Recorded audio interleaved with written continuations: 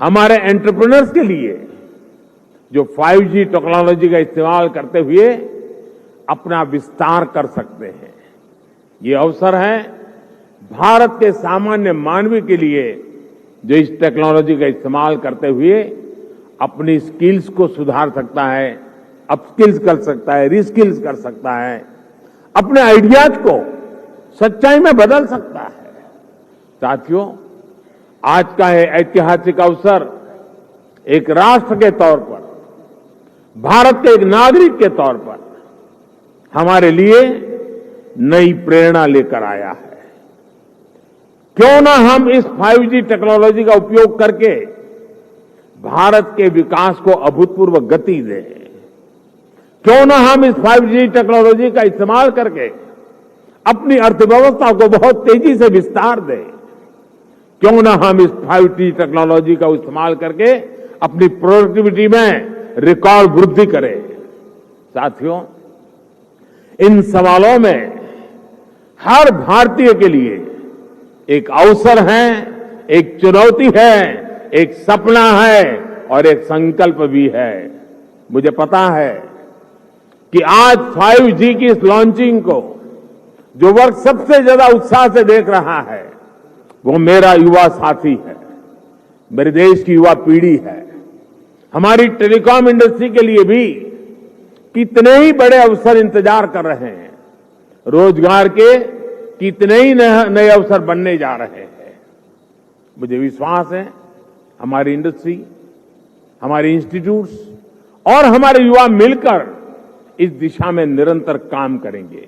और अभी जब मैं काफी समय पूरा जो एग्जीबिशन लगा है उसको समझने का प्रयास करता था। मैं कोई टेक्नोलॉजी का विद्यार्थी तो नहीं हूं, लेकिन समझने की कोशिश कर रहा था। ये देख करके मुझे लगा है कि मैं सरकार में तो सूचना करने वाला हूं कि हमारी सरकार के सभी विभाग, उसके सारे अधिकारी जरा देखें कहां कहां इसका उपयोग हो सकता है, ताकि सरकार की नीतियों में भी इसका असर नजर आना चाहिए। मैं देश के स्टूडेंट्स को भी चाहूंगा कि 5 दिन तक ये एग्जीबिशन चलने वाला है। मैं खास करके टेक्नोलॉजी से जुड़े स्टूडेंट से आग्रह करूंगा कि आप आइए, इसे देखिए, समझिए और कैसे दुनिया बदल रही है। और आप एक बार देखेंगे तो अनेक चीजें नई आपके भी ध्यान में आएगी, आप उसमें जोड़ सकते हैं। और मैं इस टेलीकॉम सेक्टर के लोगों से भी कहना चाहूंगा, मुझे खुशी होती थी जिस स्टॉल में मैं गया, हर कोई कहता था ये इंडिजीनियस है, ये आत्मनिर्भर है, ये हमने बनाया है। सब बड़े गर्व से कहते थे, मुझे आनंद हुआ। लेकिन मेरा दिमाग कुछ और चल रहा था।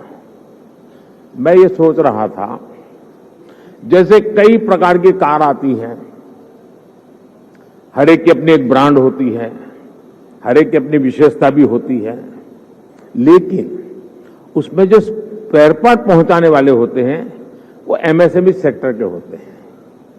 और एक ही एमएसएमई के एक फैक्ट्री वाला 6 प्रकार की गाड़ियों के स्पेयर पार्ट बनाता है, छोटे मोटे जो भी सुधार करने करे वो देता है। मैं चाहता हूं कि आज हार्डवेयर भी आप लगा रहे हैं, ऐसा लगा मुझे आपकी बातों से। क्या एमएसएमई सेक्टर को इसके लिए जो हार्डवेयर की जरूरत है उसके छोटे छोटे पुर्जे बनाने के लिए उनको काम दिया जाए, बहुत बड़ा इकोसिस्टम बनाया जाए।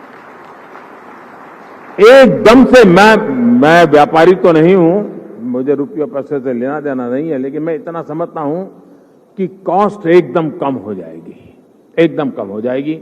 हमारे एमएसएमई सेक्टर की ये ताकत है। और वो सप्लाई आपको सिर्फ अपने यूनिकनेस के साथ उसमें सॉफ्टवेयर वगैरह जोड़ करके सर्विस देनी है। और इसलिए मैं समझता हूं कि आप सब मिलकर के एक नया और मिलकर के करना पड़ेगा, और तभी जाकर के इसकी कॉस्ट हम नीचे ला सकते हैं। बहुत से काम हैं हम मिलकर के करते ही हैं, तो मैं जरूर इस क्षेत्र के लोगों से भी कहूंगा। मैंने ये भी देखा है कि स्टार्टअप में जिन बच्चों ने काम किया है, जिन नौजवानों ने काम किया है, ज्यादातर इस क्षेत्र में उन्हीं स्टार्टअप को ओन कर करके उसको स्केल अप किया गया है। मैं स्टार्टअप वाले साथियों को भी कहता हूं कि आपके लिए भी इस क्षेत्र में कितनी सेवाएं अधिकतम आप दे सकते हैं, कितनी यूजर फ्रेंडली व्यवस्थाओं को विकसित कर सकते हैं, आखिरकार इसका फायदा यही है। लेकिन एक और चीज मैं चाहूंगा, ये भी आपका जो एसोसिएशन है